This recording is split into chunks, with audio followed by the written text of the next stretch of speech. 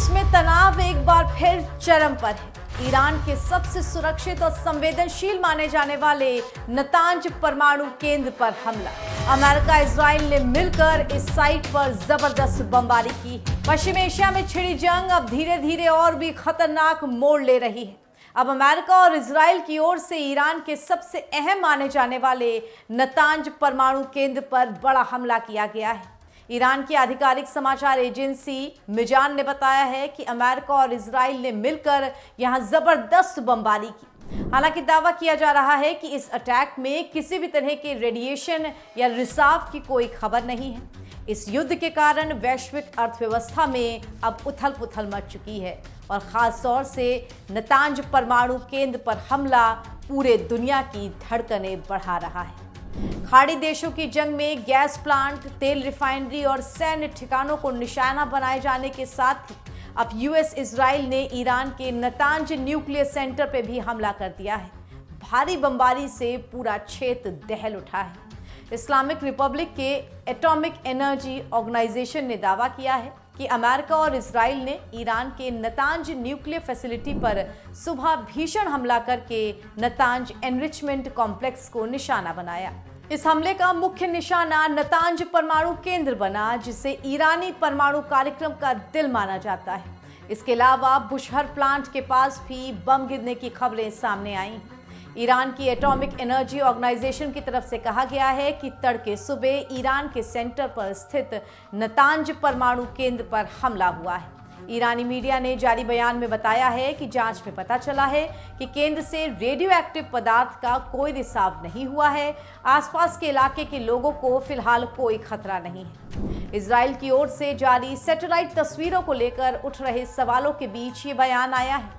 पिछले 2 दिनों की सैटेलाइट तस्वीरों में यूएस इजराइल बमबारी अभियान के दौरान हुए नुकसान को साफ तौर पर दिखा रहे हैं। परमाणु कार्यक्रमों पर नजर रखने वाली अंतर्राष्ट्रीय एजेंसी ने ईरान के नतांज न्यूक्लियर फैसिलिटी कॉम्प्लेक्स को हुए नुकसान की पुष्टि भी कर दी। एजेंसी ने इसकी जानकारी देते हुए बताया है कि ताज़ा सैटेलाइट इमेज के आधार पर IAEA अब ईरान के underground Natanz fuel enrichment plant की एंट्रेंस बिल्डिंग यानी कि प्रवेश द्वार वाली इमारत को हुए कुछ हालिया नुकसान की पुष्टि करता है। इससे फिलहाल कोई खतरा नहीं है और FEP पर इसका कोई असर नहीं देखा गया है, जिससे जून की लड़ाई में भी बहुत नुकसान हुआ था। यहाँ आपको ये भी बता दें कि युद्ध के पहले सप्ताह में भी अमेरिका इजराइल की ओर से ईरान के मुख्य परमाणु केंद्र नतांज पर हमला किया गया था। सैटेलाइट तस्वीरों ने यहाँ कई इमारतें क्षतिग्रस्त दिखाई थी। बता दें कि तेहरान से इस परमाणु संयंत्र की दूरी करीब 220 किलोमीटर की है। ये भी बता दें आपको कि पिछले साल जून में इजराइल और ईरान के बीच जो 12 दिन का भीषण युद्ध चला था, उसमें भी नतांज को ही मुख्य टारगेट बनाया गया था। उस समय अमेरिका भी सीधे तौर पर इस संघर्ष का हिस्सा बन गया था और अब एक बार फिर इसी जगह पर बमबारी होना ये संकेत दे रहा है कि आने वाले दिनों में मिडिल ईस्ट के हालात और भी ज्यादा विस्फोटक हो सकते हैं। अमेरिका इजराइल की ओर से ये बड़ा हमला ऐसे समय में किया गया है जब एक दिन पहले ही यूएस प्रेसिडेंट डोनाल्ड ट्रंप ये कह चुके हैं कि मिडिल ईस्ट में वो मिलिट्री ऑपरेशन को कम करने पर विचार कर रहे हैं, जबकि अमेरिका पश्चिम एशिया में 3 अतिरिक्त युद्धपोतों और लगभग 2500 अतिरिक्त मरीन सैनिकों की तैनाती कर रहा है। दरअसल नतांज परमाणु केंद्र दुश्मनों के लिए हमेशा से ही टारगेट रहा है। साल 2025 से अब तक इस साइट को कई बार निशाना बनाया जा चुका है। हर बार यहाँ के ढांचे और मशीनों को नुकसान पहुंचता है, लेकिन गनीमत ये रही कि अब तक पर्यावरण को कोई बड़ा नुकसान नहीं पहुंचा है। इजराइल ने ईरान में नवरोज यानी फारसी नववर्ष मनाए जाने के बीच हवाई हमले किए हैं, जबकि इजराइल ने एक दिन पहले ही ईरान के एक प्रमुख गैस क्षेत्र पर और हमला नहीं करने का वादा किया था। ईरान ने खाड़ी क्षेत्र में तेल और प्राकृतिक गैस प्रतिष्ठानों पर हमले तेज कर दिए हैं। दुबई में भी शुक्रवार तड़के उस समय विस्फोट की जोरदार आवाज सुनाई दी थी जब शहर के ऊपर एयर डिफेंस सिस्टम ने हमलों के दौरान गोलीबारी को नाकाम कर दिया था।